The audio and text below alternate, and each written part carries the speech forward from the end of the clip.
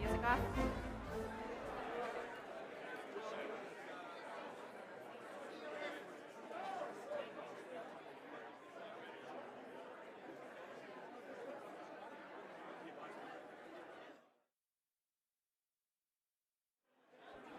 Good morning. Happy reunion. Yay. Hi, so I'm Jennifer Cunningham. I'm the AVP of Alumni Relations here at Lehigh.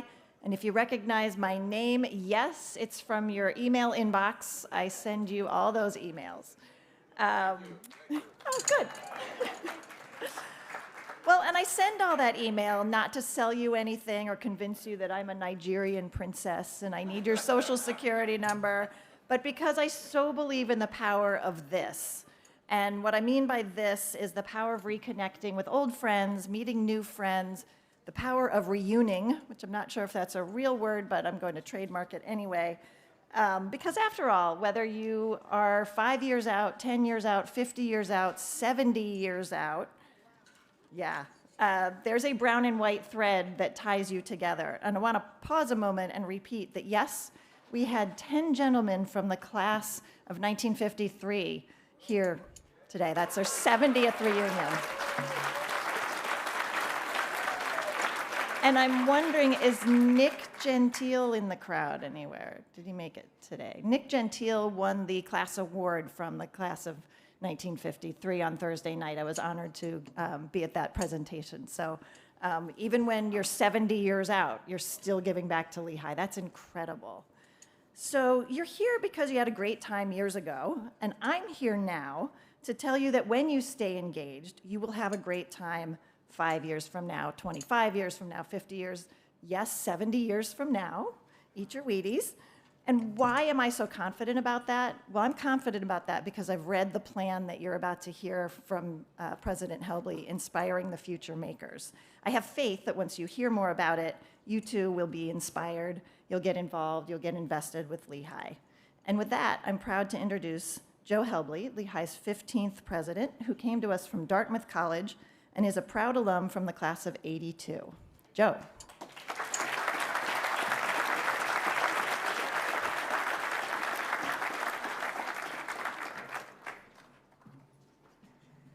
Thank you, Jennifer. Good morning, everyone. That step's quite a test of... I guess there actually are stairs. I should have looked and seen those before I sat over there, but I consider it a test of my dexterity. I don't know how many more years I'm going to be able to do that. But many. Thank you. I appreciate the optimism. Thank you. Thank you very much. And thank you also for applauding Jennifer when she said she's the one who sends you emails. I think this may be the first event I have ever attended when people applauded the sender of emails. We're going to remember that and send you even more. So thank you.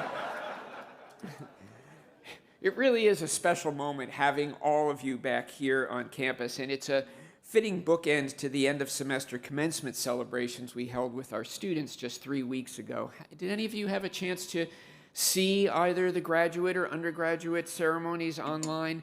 They were spectacular. The weather was absolutely perfect, and our two speakers, our student speakers gave wonderful messages, and our two commencement speakers gave such spot-on, perfect messages to the Lehigh students, for Lehigh students, that were very, very warm and direct to our campus community.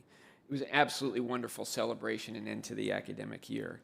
Now, as you wander around this weekend, I'm sure you're all experiencing what I've started calling Lehigh moments. When you turn a corner and step into a place that transports you back to a certain moment in place, in space, and time, whether it was 5 years ago or 10 years ago or even 70 years ago that you graduated.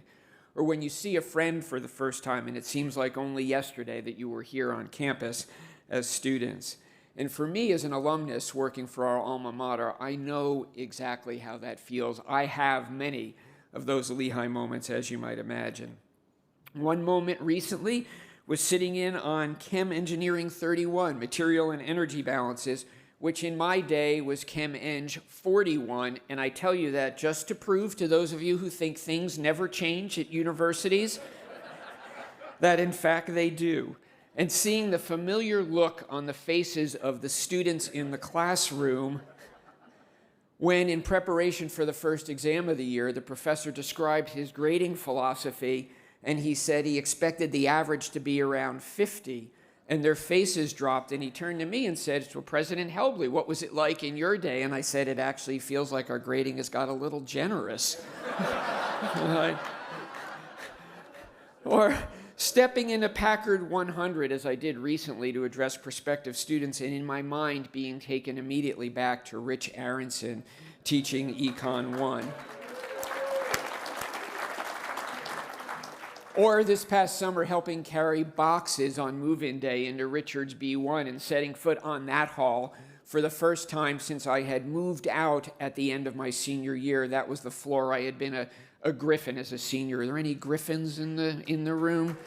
All right, thank you. A wonderful part of my experience, and that took me immediately back. Or even sitting just yesterday in a coffee shop here in town, speaking with a very talented young professor on our history faculty, a Latin Americanist who has just won 3 major research awards, including a Fulbright Fellowship. And I was speaking with her about her scholarship, and entering the coffee shop was someone who had been a fellow Griffin in chemical engineering. When she turned to me to say hello with exactly the same enthusiastic smile and personality that I remembered from our days as students, I was immediately taken back. And of course, the hills, right? Who can forget the hills? Lehigh moments that I expect we will all experience whenever we're back on campus. But being back on campus is also a chance for you to get to know, appreciate, and I hope be excited by today's Lehigh, seeing how we've remained true to our history of strong academics and deep social bonds that are forged in a pragmatic, determined, and very optimistic campus community, while at the same time challenging ourselves to aspire to do even more and be even more for the Lehigh student community.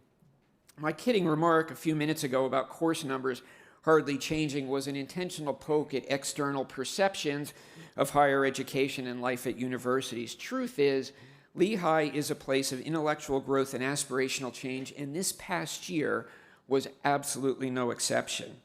In terms of our physical plant, our places, the Health Science and Technology Building opened just a little over a year ago. How many of you have had a chance to visit HST? Show of hands, wonderful. Those of you who haven't, I hope you'll take a moment to walk through and walk by. The labs, conference rooms, and study spaces are all up and running. Collaborative architecture by design. Space is designed to be transparent and bring people together. And although it's the home to our College of Health, this is a new direction for Lehigh and highly unusual in higher education. No single department, no single college has ownership of the building. It is a university building managed centrally and designed to promote collaborative, interactive science and engineering. The Business Innovation Building that opened this spring, just in early March. How many of you have visited the Business Innovation Building? There too, especially since it and HST are almost right next to one another. I'd encourage you to take a look. Data labs, executive ed, classrooms whose architecture is designed to promote interaction and discussion and student engagement. And certainly as you look up the hill, you will no doubt have noticed that we broke ground on the renovation of the iconic Clayton University Center, scheduled for completion in 2025 to be the center of campus student life and include things like a pub open to the campus, open to the broader community. So yeah, I will, why not, right? Applaud.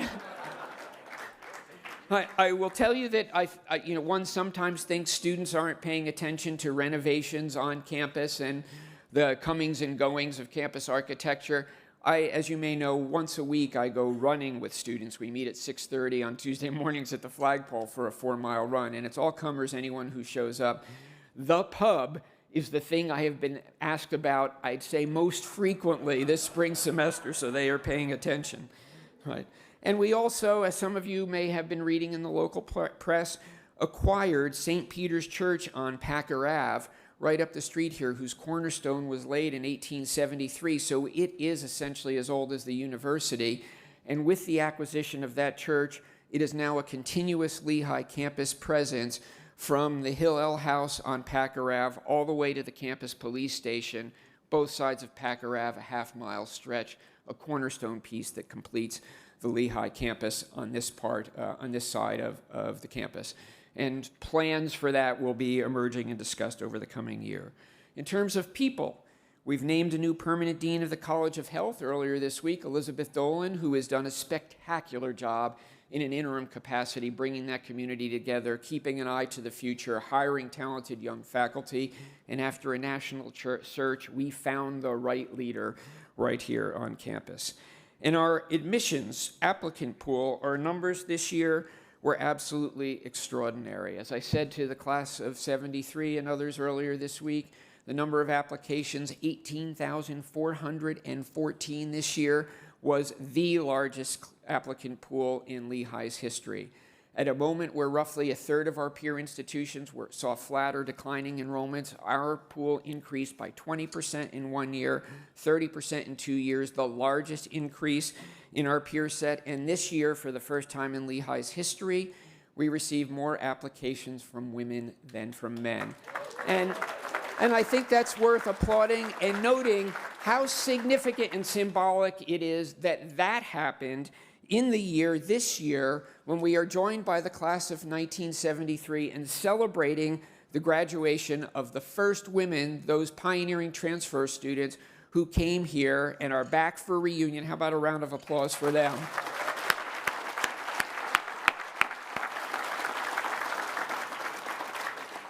And in our programs this year, we began the expansion of our existing inter-college programs, something I committed to do when I arrived on campus 2 years ago.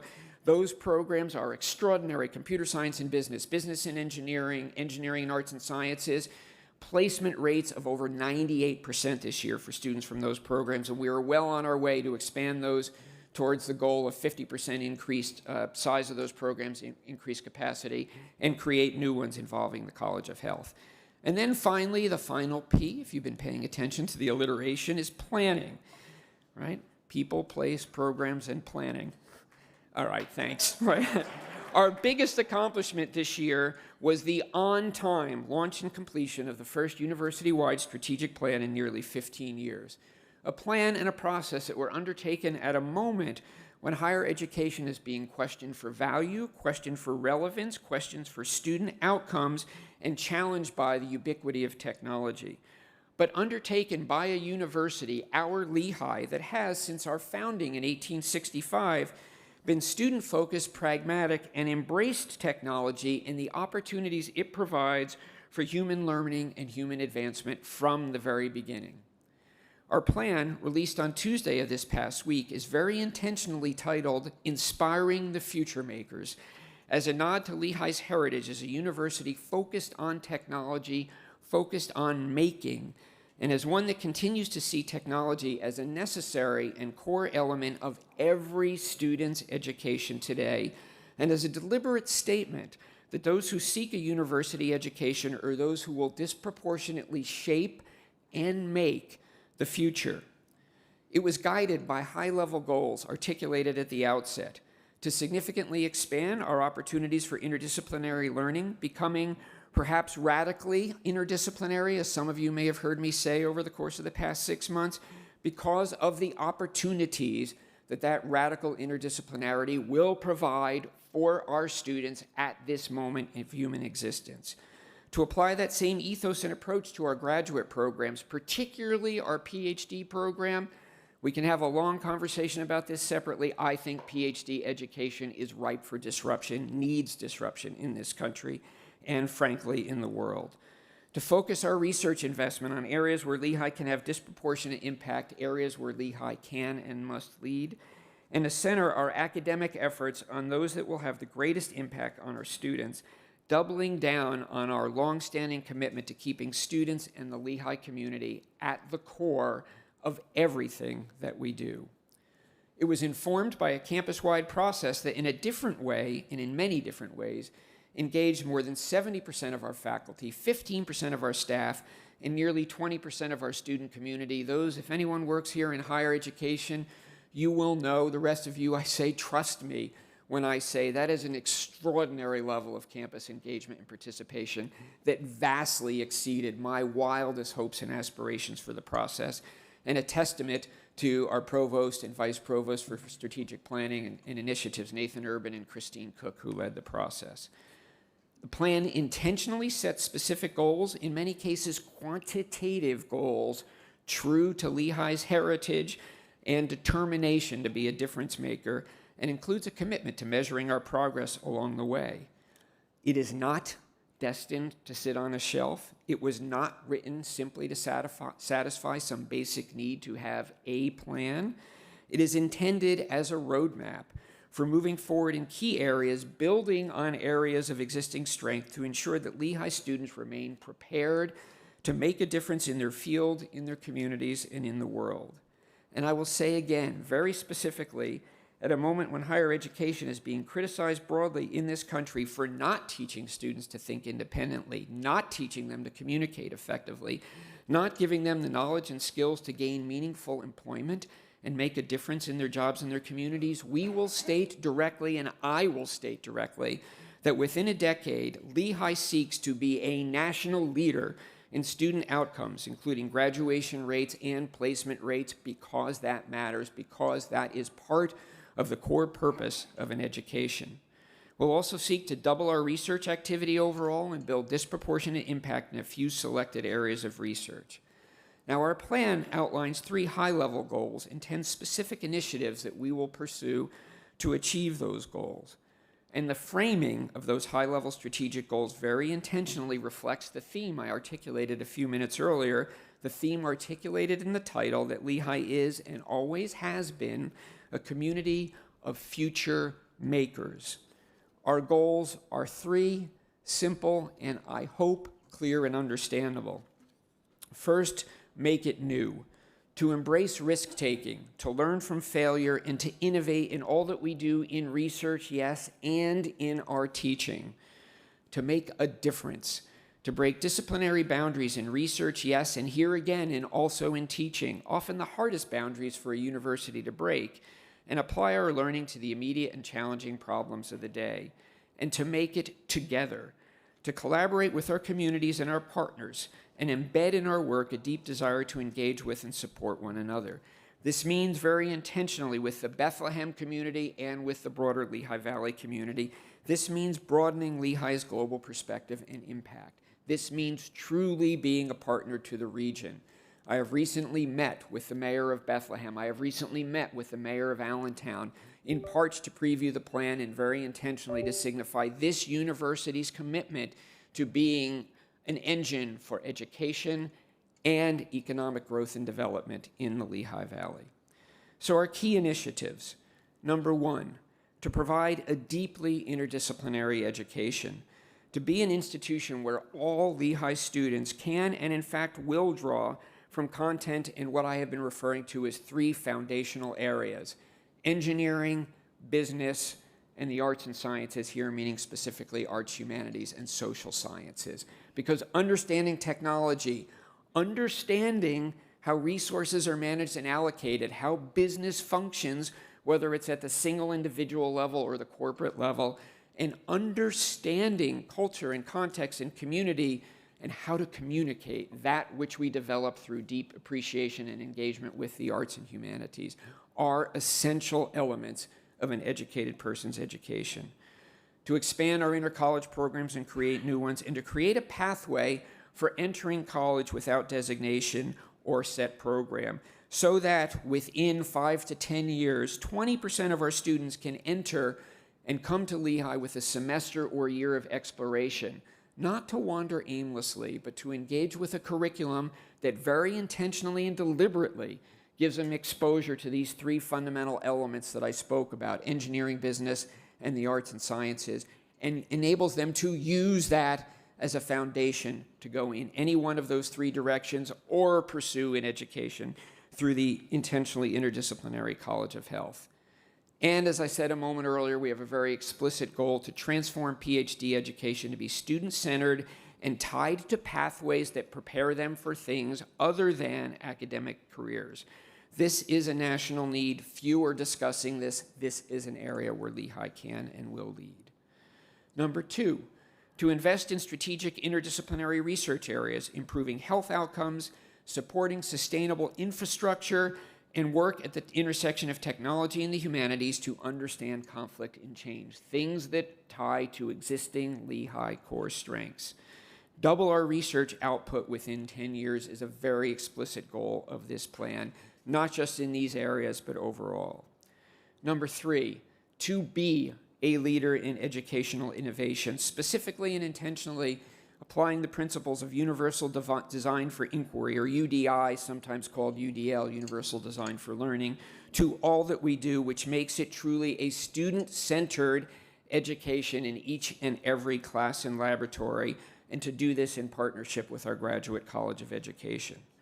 Number 4, to transform the 740-acre mountaintop campus, including exploration of a graduate student village and space for corporate partnerships.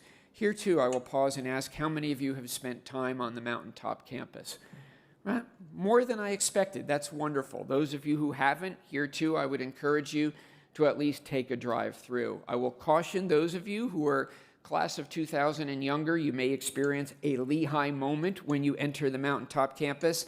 I will say, honestly, the first 2 times I drove past the gatehouse for a meeting, I felt as if I was trespassing because it had been so ingrained in me as a student that that property was Bethlehem Steel's Homer Research Lab, corporate research lab.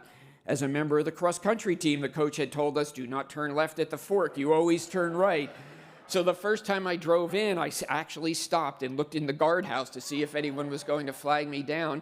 But these are wonderful, large-scale facilities and give Lehigh the opportunity to imagine, envision, and conduct large-scale educational and research projects in ways that most universities can only dream of because we have the space and the place. Number 5, enhance the shared Bethlehem experience. I spoke about this a few minutes earlier, but focusing particularly, yes, on all of the Lehigh Valley, but particularly on Bethlehem and the South Side, seeking ways to work with the Bethlehem community on and off campus, and us as a university recognizing and advocating for Bethlehem as a core part of the Lehigh value proposition. In presenting Lehigh to prospective students, we speak about proximity to Philadelphia, we speak about proximity to New York.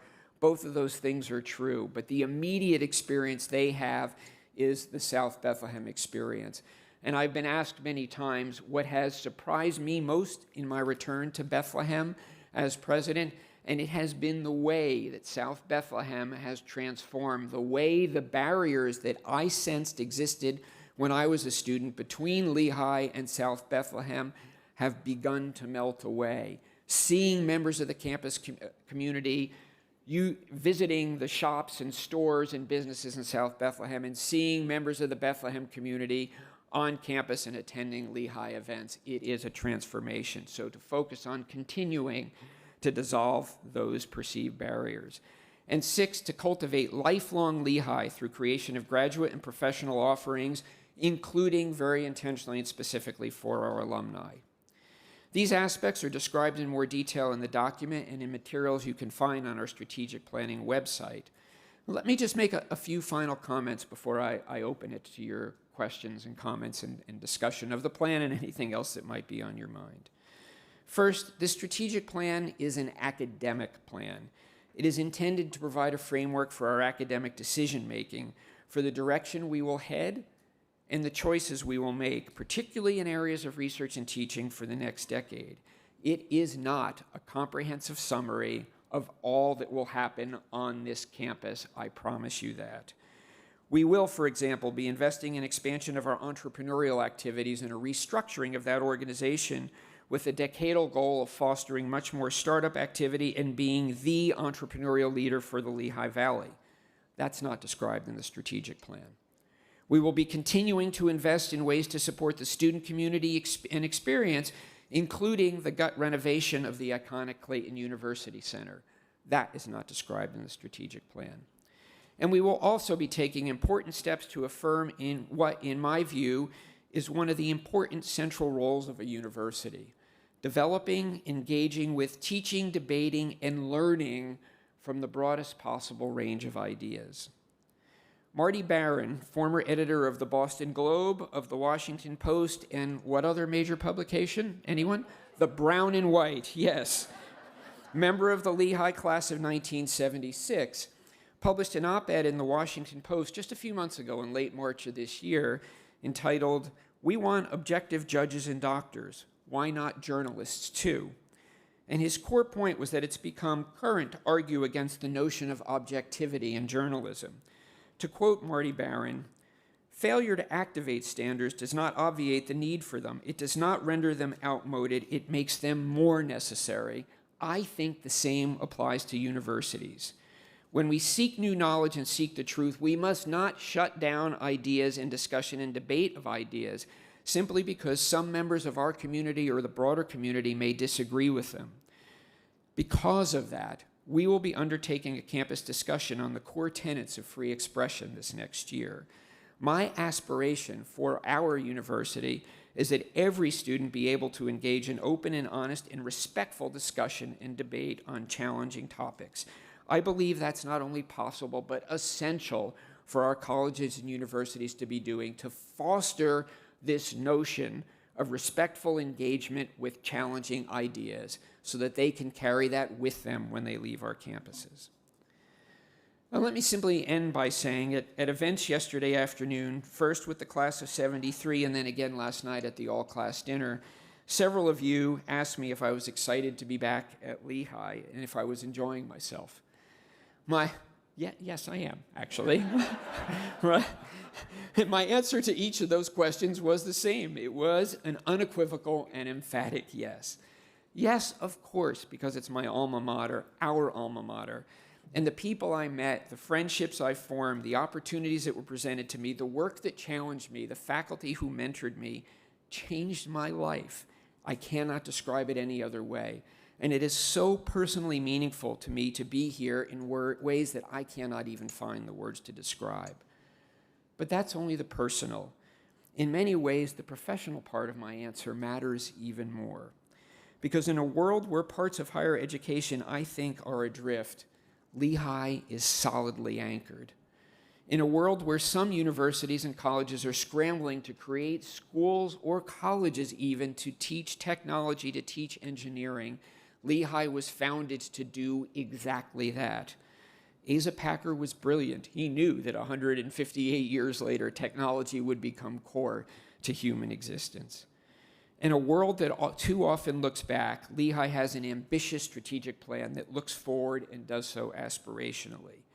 We will build leading programs in a few core areas of research and become even more of an engine for growth for the Lehigh Valley. We will become a national leader in student outcomes in areas that matter within a decade, period, full stop.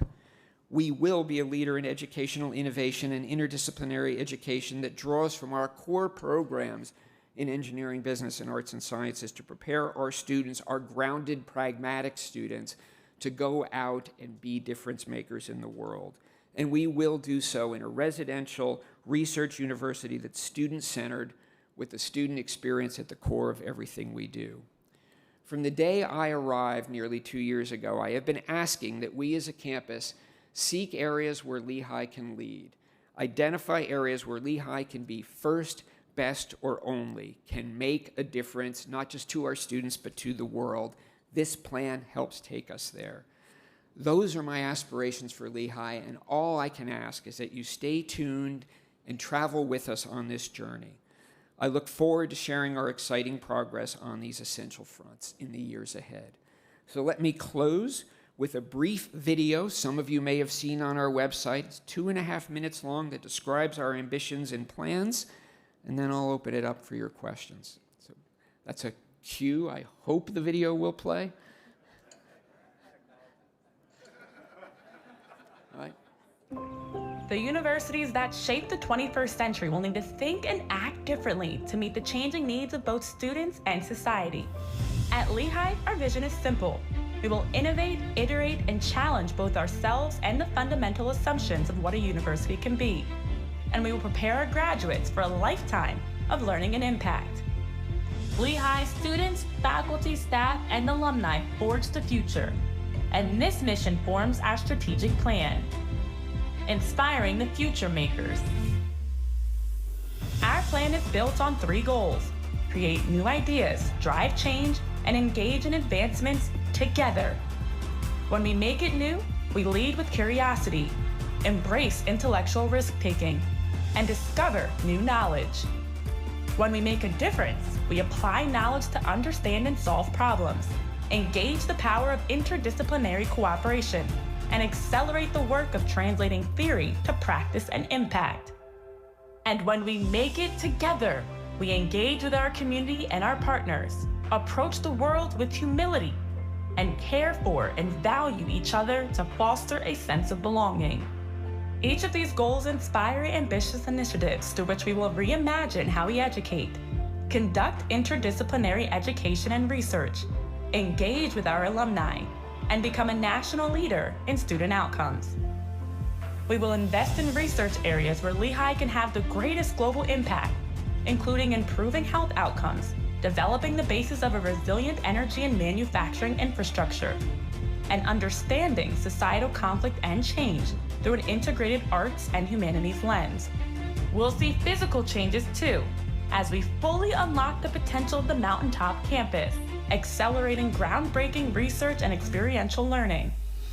We will connect our campus with our neighboring communities and build and enhance regional, national, and global partnerships.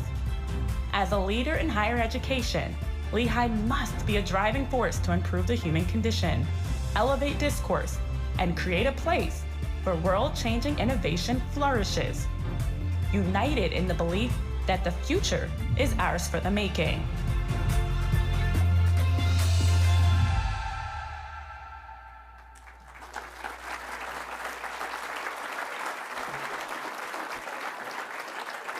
So thank you for listening, and thanks for all that you do for Lehigh. Thanks for coming back this weekend. I saw we already had a hand up here, so we have microphones that will come around. And I just ask, since I trust you don't all know one another, to state your name and your class year if you're an alumnus.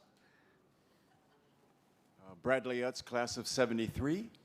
I'm curious if Lehigh's future will include a medical school that offers medical degrees. There are no plans for us to do so at the moment. And so that question has, did you all hear the question, will Lehigh add a medical school that offers medical degrees? I know that's something that was discussed here about a decade ago, and the decision was made very intentionally to go in the direction of creating a College of Health, which combines science and policy, but is not offering nursing or medical degrees. At this point in time, we don't have any plans to do so. But thank you. Doesn't mean it's off the table forever, but please don't interpret that to say there's a secret working group working on it. It simply means at this point in time we don't have any plans. Yes. Anthony Mazuka, class of 63. And your speech way outlived what you promised to me in the back before. Lehigh does a wonderful job of communicating with us and asking us for money and so forth. But the alumni of this school it's a tremendous force to help educate. And I hope, and you alluded to it, that we will be given the opportunity to provide input, opportunities for lectures, opportunities for mentoring, and to use our skills, life skills, skills we develop here at Lehigh to help undergraduates and graduate students live at their full potential. Yes, absolutely. Thank you, and please do. So, and I mean that fully, openly, honestly, and sincerely. Our goals, let's look at placement, right? Our goals are to be a national leader in student outcomes. Graduation rates, yes, and placement rates. And we can only do that through engagement with our incredible alumni network. And it doesn't mean that each and every one of you will be in a position to have your firm or a firm you're affiliated with hire one of our graduates, although that would be okay, and that would be wonderful if you did so. But to provide mentorship, to provide guidance, to provide career advice, to provide networking connections, yes, please. So please continue to answer Jennifer's emails. Maybe she should send out even more. But we are looking for ways to do that and to build communities of alumni communities of expertise in different areas that could help us provide that kind of support to our students. So yes, and please pay attention to the annual fund emails as well. Yes. Doug Feltman, class of 63. For many of us here, the Greek system was a very important part of our life development, friendships engendered, and many of us have kept that, in our case, for 60 years. We hear now that Lehigh is completely de-emphasizing and restricting the Greek system, and I'd like to get your opinion on what you see as the future. Yeah, thank you for the question. As you might imagine, it's a topic of conversation that comes up often when I travel around the country and meet with alumni. So first, let me offer some numbers that I hope will dispel part of the underlying concern. The Greek system today is different than it was 50, 60, 70, even 30 years ago.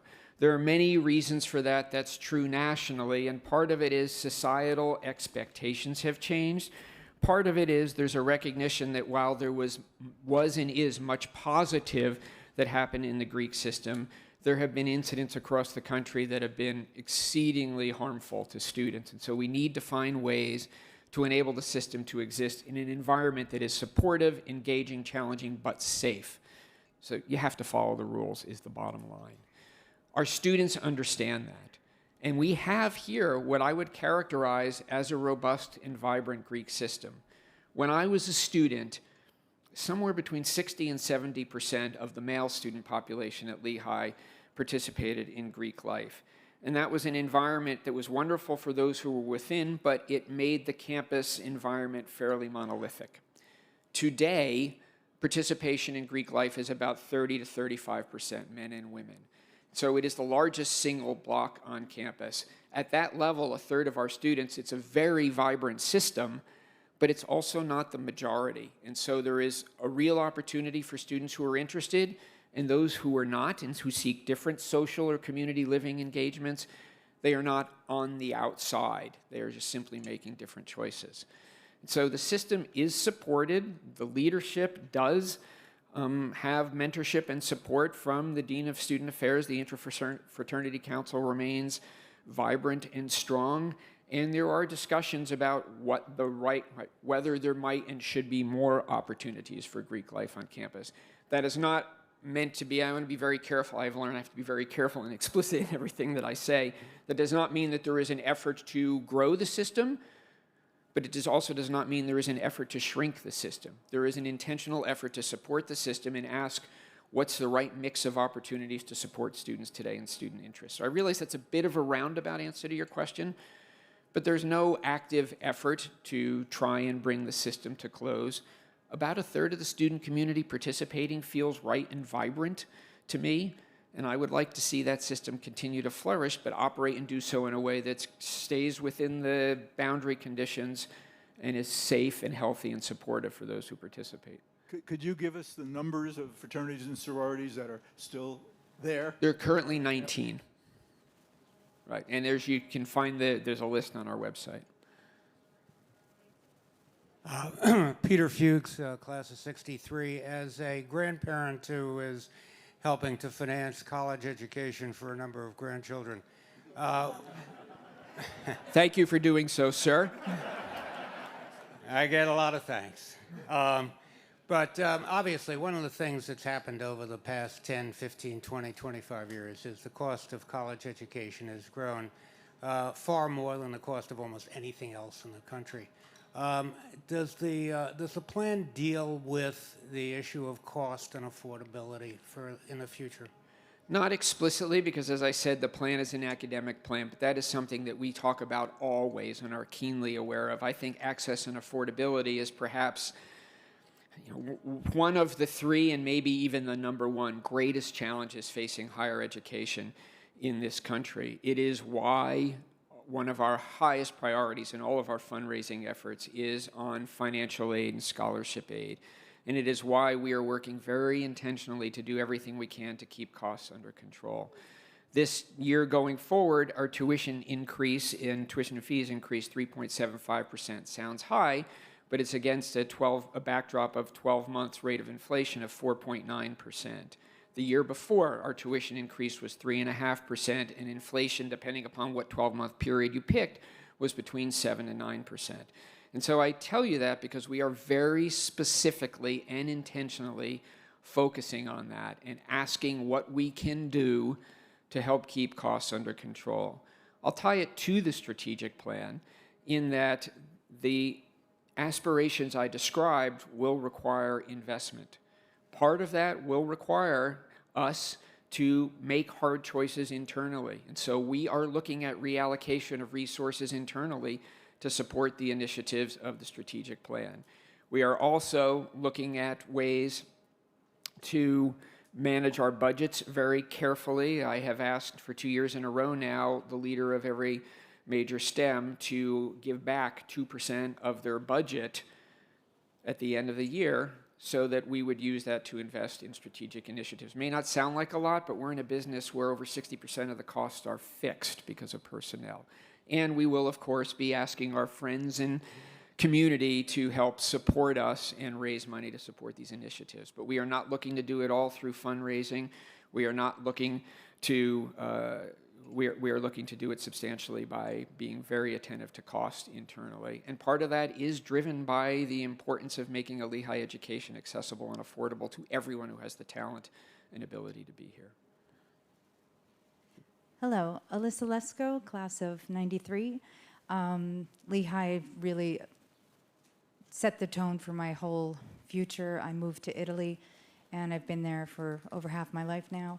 And I would like to piggyback on this gentleman's idea about mentorship, and I think it would be an incredible thing to be able to have Lehigh develop a platform similar to LinkedIn or Facebook just to connect alumni and the students, so that there is a very, very clear place for people to be able to connect, maybe with filters for geography and travel, and just to really open up a dialogue.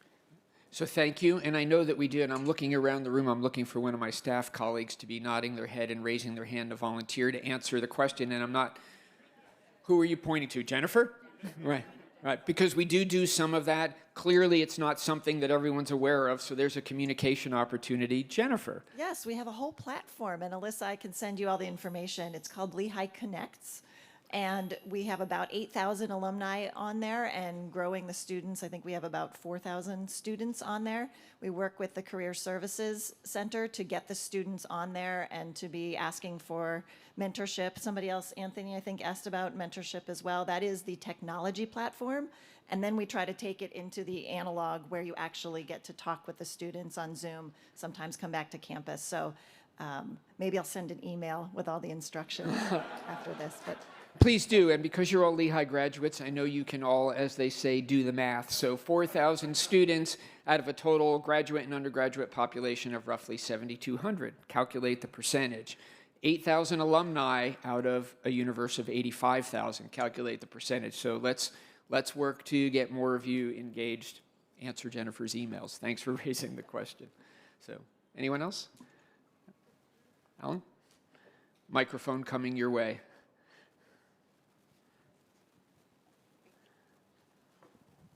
Alan Chong, class of 73.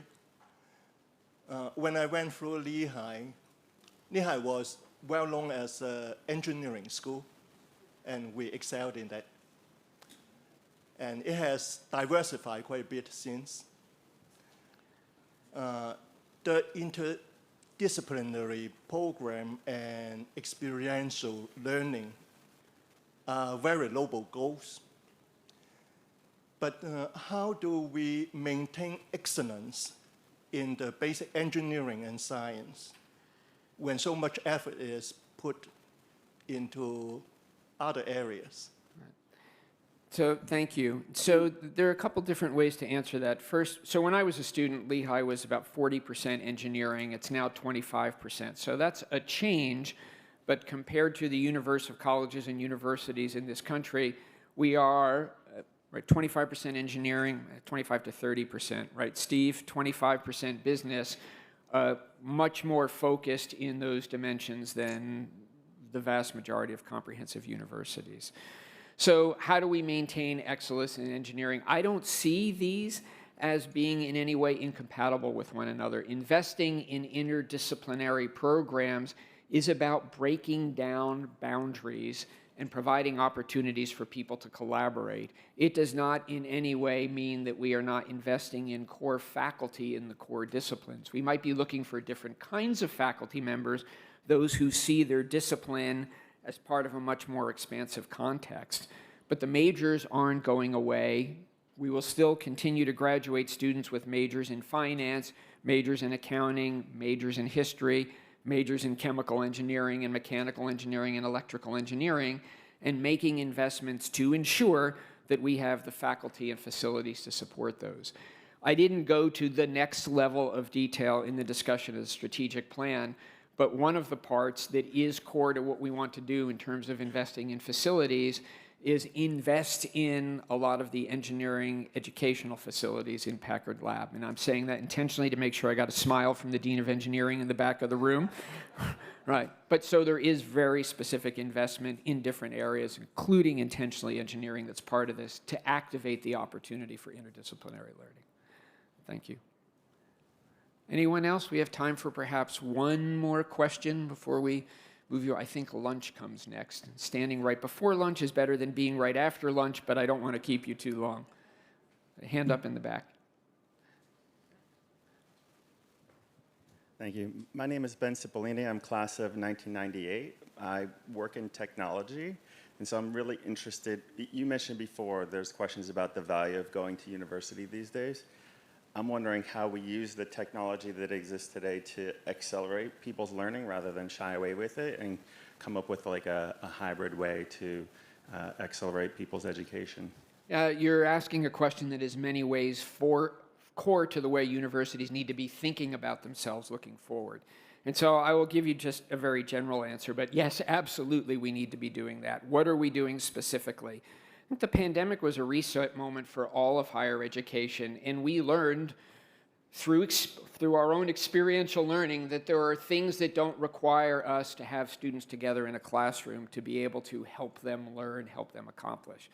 So how do we think about engaging students through technology in ways that make sense and utilizing their time together for group work, for experiential work, for utilizing the things that require you to be on a stage, in a theater, in a laboratory, engaged either with the facility or with a group of people. And so we are very intentionally thinking about the curriculum in that way, and that's part of what the UDI effort that I described is going to be focused on across the campus.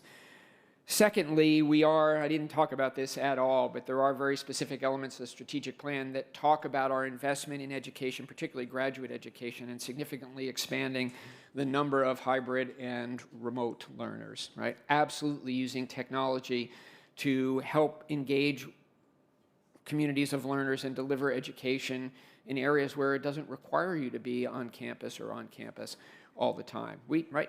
And then, of course, there's the whole question of generative AI and what that means for learning. And here I have to say, from the beginning, even before ChatGPT burst upon the public consciousness late in 2022, there was a group of faculty and our head of technology services who were convening to talk about generative AI and how one could use that educationally as a tool and an asset rather than as a threat. And as I have said in conversations with a group of students, and as all of our faculty have said, right, we need to teach you to understand its limitations and use it responsibly and thoughtfully, and to help accelerate your learning in ways that are substantive and tangible. So these are the kinds of things that we're doing. It is absolutely an important question of the day. Okay, I said that last question, but we have a very patient hand here, so I will give you, sir, the final question. I'm R.J. Von C., and I'm in the class of 63. One of the things that I benefited from was that Lehigh, because they weren't doing so well in their freshman and sophomore class, where they were flunking out 2 out of 3 in the freshman class and 1 out of 3 in the sophomore class, I happened to go to Lehigh every time someone from Bound High School would go to Lehigh, because my father had only one thing that he wanted me to promise, that I would graduate from Lehigh. And I was 4 years old when he started. Anyway, and he did not graduate from college. He graduated from technical school. And anyway, one of the things that Lehigh did was send me to Keystone Junior College. And I still remember when he said, send your father here next week, and he called the registrar at Keystone Junior College and said, I'm sending a father and son up there. We want the son here in the junior year. And you give him the first two. The Keystone Junior College had an engineering school that was very good. They used $1 a year men, which that meant that someone retired and they worked for the college for $1 a year. And of course, recruited people for the company. Anyway, one of the things that I think Lehigh is at a point now where they can set up feeder schools. In other words, throughout the country, of 1 or 2-year school where local people can go and become interested in going to Lehigh to finish up. And the interesting thing was, I have an AA in engineering, but when I went to Lehigh, my father sold his foundry and said to me, why don't you go to the business school, and that way, with an AA in engineering and in a business degree, you can get a job anywhere. Right. So you were a very early engineering and business IBE student before the program existed. That's right. And as I'm walking down the hallway after graduation, the dean of the business school calls me into the office and says, RJ, Lehigh has a job for you. And I said, I already have a job with J. Walter Thompson in New York. And he says, blow him off. I want you to do this job. And he sends me over to Western Electric Labs in Allentown, Pennsylvania, and I was one of the first 4 to do the costing on ESS, electronic switching system, and I used the first UNIVAC and fed it with the punch cards. All right.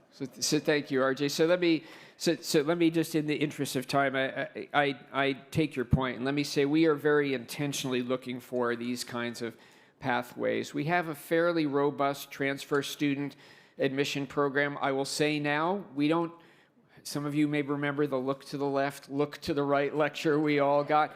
We don't do that anymore. Our attitude and ethos is, if you are talented enough to be admitted to Lehigh, we want to do everything we can to help you succeed and graduate, but there is still room for transfer admissions. And part of my statement earlier about engaging with and investing in the Bethlehem community is intentionally to build those kinds of partnerships locally, including with the local community colleges. And last thing I'll say is, standing in the back of the room is Mark Erickson, a Lehigh graduate school graduate who for 10 years was the president of Northampton, well, it used to be Northampton County Area Community College, NACAC. It is no longer branded as NACAC, but it is Northampton Community College. And he has, in his retirement, rejoined Lehigh to work with our development and alumni relations group. And he is very intentionally helping us think about building these kinds of pathways, because I think it's important giving local talent an opportunity perhaps to build their credentials initially in the community college system and then come here and succeed. So thank you very much for that question and point. Thank you, all of you, for being here, coming back to campus, and I will be with you all day and at various dinners this evening. So if you have questions you didn't get a chance to ask, come find me, hopefully with a drink in your hand. Take care.